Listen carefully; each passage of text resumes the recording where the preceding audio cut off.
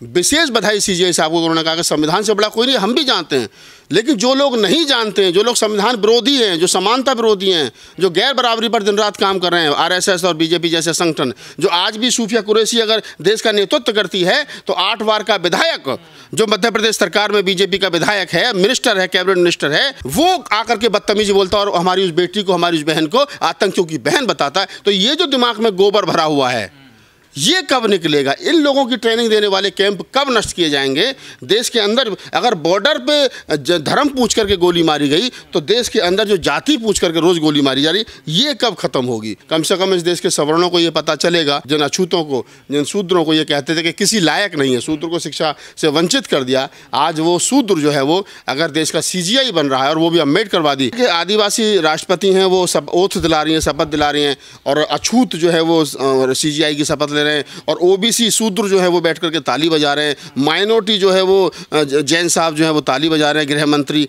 तो उस पूरे प्रकरण में कहीं ब्राह्मण नहीं है। सीजीआई साहब क्योंकि बुद्धिस्ट हैं और दलित बुद्धिस्ट हैं, उनके फादर साहब ने, गवई साहब ने बाबा साहब डॉक्टर अम्बेडकर के साथ बौद्ध धर्म की दीक्षा ली थी, और उन्होंने गरीबी भी देखी है, मुफलिसी भी देखी है, समाज का दुख दर्द भी देखा है, और एक साधारण से वकील से सुप्रीम कोर्ट का मतलब देश का सीजीआई होना, चीफ जस्टिस ऑफ इंडिया होना एक गर्व की बात है, गर्व की अनुभूति होनी चाहिए। लेकिन सवाल बहुत सारे खड़े हैं। सवाल ये भी खड़े हैं कि क्या देश में दलित सीजीआई हो जाने से क्या दलितों की समस्याओं का समाधान हो जाएगा? BR गवई साहब जो देश के सीजीआई बने हैं, चीफ जस्टिस ऑफ इंडिया बने हैं, जो दलितों की समस्याओं से बहुत नज़दीकी से वाकिफ़ हैं और वो खुद भी बचपन में गुजरे हैं उन समस्याओं से, तो क्या उनके चीफ जस्टिस ऑफ इंडिया बनने से दलितों की उन समस्याओं में कोई समाधान होगा, या उन समस्याओं में कुछ गिरावट आएगी, उनमें विघटन में कुछ गिरावट आएगी? ये तमाम चैलेंज हैं। सीजीआई गवई साहब रहे हैं, कोई और रहे, अपने आदमी से उम्मीदें ज़्यादा बढ़ जाती हैं। जैसे पूर्व में अपने वर्गीकरण का मामला आया था, और वर्गीकरण वाले मामले में सीजीआई के साथ में आप गवई साहब भी उसमें थे, और गवई साहब की स्टेटमेंट जो है वो दलित बुद्धिजीवी वर्ग के गले के नीचे नहीं उतर रही। उसमें वेला त्रिवेदी का जो जजमेंट था वो अच्छा था, जबकि वो ब्राह्मण थी। ये ब्राह्मण नहीं थे, ये दलित थे, दलित बुद्धिस्ट थे, और दलित बुद्धिस्ट का मतलब अम्बेडकरवादी बुद्धिस्ट। और वो आदमी जिसने बाबा साहब डॉक्टर अम्बेडकर की मूवमेंट को समझा हो, समाज के दुख दर्द को समझा हो, उस आदमी का जो जजमेंट था वो दलित बुद्धिजीवी वर्ग के उस समय पर गले से नीचे नहीं उतरा था। बहरहाल वो देश के जजमेंट था उनका, और यही था कि सर शेड्यूल कास्ट के मामले में था, फिर शेड्यूल ट्राइब को भी उन्होंने शामिल कर लिया, 19 से ज़्यादा जजमेंट दिया, जबकि एक शेड्यूल है, उस शेड्यूल में ये भी कहा था कि जो ओबीसी में क्रीमी लेयर वो SC ST में भी होना चाहिए। मैं वही तो कह रहा हूँ ना कि क्रीमी लेयर किस आधार पर, जब सुप्रीम कोर्ट के सामने कोई भी डेटा इस प्रकार का नहीं था कि शेड्यूल कास्ट की किस जाति ने कितना खा लिया, तो फिर किस आधार पर वर्गीकरण कर रहे हैं? तो उस जजमेंट पर दलित बुद्धिजीवियों ने सवाल खड़े किए थे, और बाद में बीजेपी ने वो हरियाणा और एक दोस्त जहाँ जहाँ उनकी सरकारें हैं वो लागू भी कर दिया, दिल्ली में लागू कराने के लिए मांग चल रही है। तो जब सुप्रीम कोर्ट के पास में डेटा ही नहीं है कि चमारों ने कितना खा लिया, महारों ने कितना खा लिया, दुसाधों ने कितना खा लिया, पासियों ने कितना खा लिया, तो वाल्मीकियों को क्यों नहीं मिला, खटीकों को क्यों नहीं मिला, धानकों को क्यों नहीं मिला, पासियों को क्यों नहीं मिला, कोलियों को क्यों नहीं मिला, इनको ज़्यादा दो, इनको कम दो। तो वो जब डेटा नहीं था कोई, जब ये पता ही नहीं था कि चमारों के पास, महारों के पास, पासियों के पास, दुसाधों के पास कितनी बाइक आ गई हैं, कितनी गाड़ी आ गई हैं, कितने बंगले आ गए हैं, कितने चार्टर्ड विमान खरीद लिए हैं, तो वो जो वर्गीकरण वाला फैसला था वो कहीं ना कहीं दलित बुद्धिजीवी को चुभा था। बहरहाल अब वो देश के सीजीआई बने हैं तो बधाई है, और लेकिन चैलेंज बहुत ज़्यादा है। अब हमारी उम्मीद उनसे ये भी बढ़ गई है कि SC ST का कोई मुद्दा, देश के सारे मुद्दे उनके पास जाएंगे, चाहे सवर्णों के हैं चाहे अवर्णों के हैं, लेकिन अवर्णों के जो मुद्दे उनके पास में जाएंगे उन पर उम्मीद रहेगी कि सीजीआई साहब हमारे दुख दर्द को बेहतर समझते हैं। आपने अभी कहा कि उनके जो पिताजी थे वो भी बुद्धिस्ट थे, बाबा साहब के साथ उन्होंने दीक्षा ली थी। तो क्या एक बड़ा मामला बोध गया का चल रहा है कि इस पर सीजीआई कोई बड़ा फैसला लेंगे? देखिए, जहाँ तक बोध गया वाले मामले का सवाल है, तो बोध गया का जो मामला BT एक्ट, हाँ देखिए मैं कह रहा हूँ BT एक्ट 1949 का जो एक्ट है उसकी अपने आप में भी कोई वैल्यू नहीं है। देश का संविधान लागू होने पर यह कहा गया कि देश के संविधान लागू होने से पहले जितने भी एक्ट है वो सब निरस्त समझे जाएं। तो 26 जनवरी 1950 को जब देश का संविधान लागू हुआ है तो उससे पुराने एक्ट सब रद्द कर दिए गए। तो फिर क्या कारण है सरकार BT एक्ट 1949 को रद्द नहीं कर रही है? उस एक्ट की कोई वैल्यू नहीं है। सुप्रीम कोर्ट चाहे, सीजीआई साहब चाहे तो स्वतः संज्ञान ले सकते हैं उस मामले पर, वहाँ की सरकार को तलब कर सकते हैं, वहाँ की कोर्टों को तलब कर सकते हैं, और जो उनसे बेहतर हो सकता है वो कर सकते हैं अगर उनकी नीयत होगी तो। और अगर नहीं होगी तो चल रहा है 49 से लेकर। उनके जो पिछले फैसले रहे हैं उनकी हमेशा देखिए सवाल खड़े हुए, चाहे नोटबंदी का। मैं क्या कह रहा हूँ आपको कि देखिए गवई साहब के जितने फैसले अभी तक रहे हैं उन पे कहीं ना कहीं दलित बुद्धिजीवी तोल मोल करके 370 का समर्थन रहा है, नोटबंदी का रहा है और बहुत सारा, और साथ में समझता हूँ कि साथ उसका उनको कहीं ना कहीं इनाम भी मिला है, CGI उनको बनाया गया, और हालांकि वो डिजर्व भी करते थे। समाज को उम्मीद करनी चाहिए उनसे?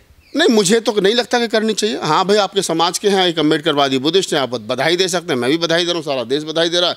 हमारे समाज का आदमी हमें कुछ दे ना दे, कम से कम इतिहास में दर्ज तो हो गया कि एक दलित नहीं, दलित के साथ बुद्धिस्ट भी, दलित बुद्धिस्ट जो है देश का CGI बने हैं, तो बधाई दीजिए, लड्डू बांटिए, ट्वीट कीजिए, पोस्ट लिखिए, सोशल मीडिया पर बोलिए, और जहाँ जो कर सकते हो वैसे करिए। कम से कम इस देश के सवर्णों को ये पता चलेगा कि आप जिस अवर्णों को, जिन अछूतों को, जिन शूद्रों को ये कहते थे कि किसी लायक नहीं है, शूद्र को शिक्षा से वंचित कर दिया, आज वो शूद्र जो है वो अगर देश का CGI बन रहा है, और वो भी अम्बेडकरवादी शूद्र और अछूत जो बन रहा है, और दूसरी तरफ व्योमिका सिंह जैसी विंग कमांडर हमारे समाज की बेटी समाज का देश का नेतृत्व कर रही हैं, और दूसरे CGI साहब देश का नेतृत्व कर रहे हैं, तो दलित समाज में बुद्धिमानता की कमी नहीं है, बुद्धिता की कमी नहीं है।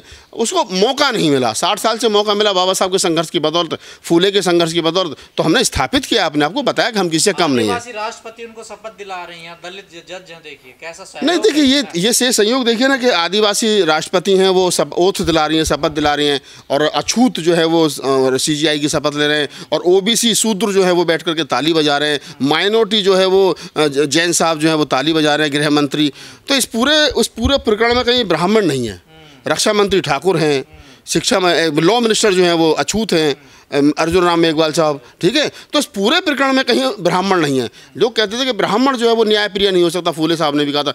अब ऊपर की लॉबी में कहीं ब्राह्मण नहीं है, राष्ट्रपति ब्राह्मण नहीं है, रक्षा मंत्री ब्राह्मण नहीं है, गृह मंत्री ब्राह्मण नहीं है, कानून मंत्री ब्राह्मण नहीं है, चीफ जस्टिस ऑफ इंडिया ब्राह्मण नहीं है, इस पूरे सिस्टम में कहीं ब्राह्मण नहीं है। अब देखना ये है कि इसके बावजूद भी ब्राह्मणवाद रहेगा, अम्बेडकरवाद स्थापित होगा, समानता की बात होगी, या ब्राह्मण के ना रहने के बावजूद भी अगर ब्राह्मणवाद रहता है तो समझ लेना चाहिए कि ब्राह्मण रहे ना रहे, उसके सिखाए हुए चेले अगर रहेंगे तो ब्राह्मणवाद रहेगा। CGI जी ने दिखा दिया ना, शपथ लेते ही वो साफ जाहिर कर देना मैं अम्बेडकरवादी हूँ।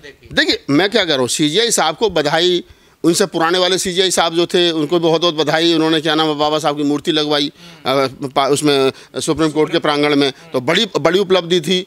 तो ऐसा नहीं है, बाबा साहब डॉक्टर अम्बेडकर को तो सभी लोग मान रहे हैं। जो CGI साहब थे जो चले गए अभी इनसे पहले वाले संजीव खन्ना जी, और उनसे पहले दूसरे जो थे जिन्होंने मूर्ति लगवाई, जिन्होंने मूर्ति का अनावरण किया था संजीव खन्ना से पहले। तो ऐसा नहीं है, बाबा साहब को प्रत्येक आदमी हाथ जोड़ रहा है, बाबा साहब डॉक्टर अम्बेडकर को प्रत्येक आदमी उनके फूल चढ़ा रहा है।